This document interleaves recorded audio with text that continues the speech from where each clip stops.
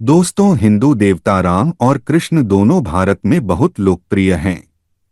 हालांकि बहुत से लोग यह नहीं जानते कि उनका समय बाइबल के शेम के समय से मिलता था, जो राजा भरत थे, जो प्राचीन भारत के संस्थापक थे।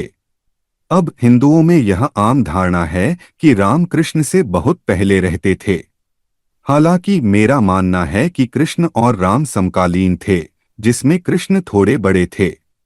आज मैं इसी बारे में बात करना चाहता हूँ।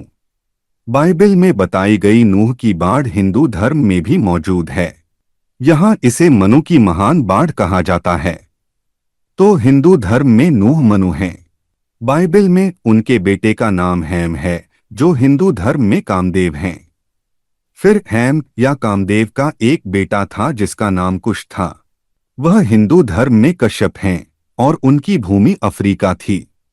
इसीलिए प्राचीन भारतीयों ने कुश के नाम पर अफ्रीका को कुशाद्वीप कहा। बाद में कुश ने मेसोपोटामिया में अपने नाम पर किश नाम का एक शहर बसाया। हमारे पास इसके पुरातात्विक प्रमाण हैं।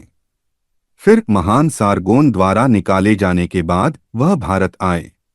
कुश विश्वामित्र, कृष्ण और अपने कबीले के लोगों के साथ भारत आए।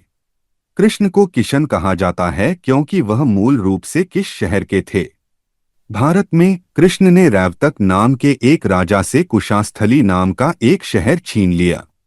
उन्होंने उस शहर का नाम मेसोपोटामिया के तीर्थ शहर उरुक के नाम पर द्वारका रखा, जिसे द्वारका भी कहा जाता था। इस बीच भारतीय लोग हर साल मिस्र को भेंट का सामान भेज रहे थे। कृष्ण ने इंद्र को भेंट का सामान भेजना बंद करके उनके खिलाफ आवाज उठाई। हम इसके बारे में महाभारत में पढ़ते हैं और हम जानते हैं कि इंद्र वेदों के सबसे बड़े नायक थे।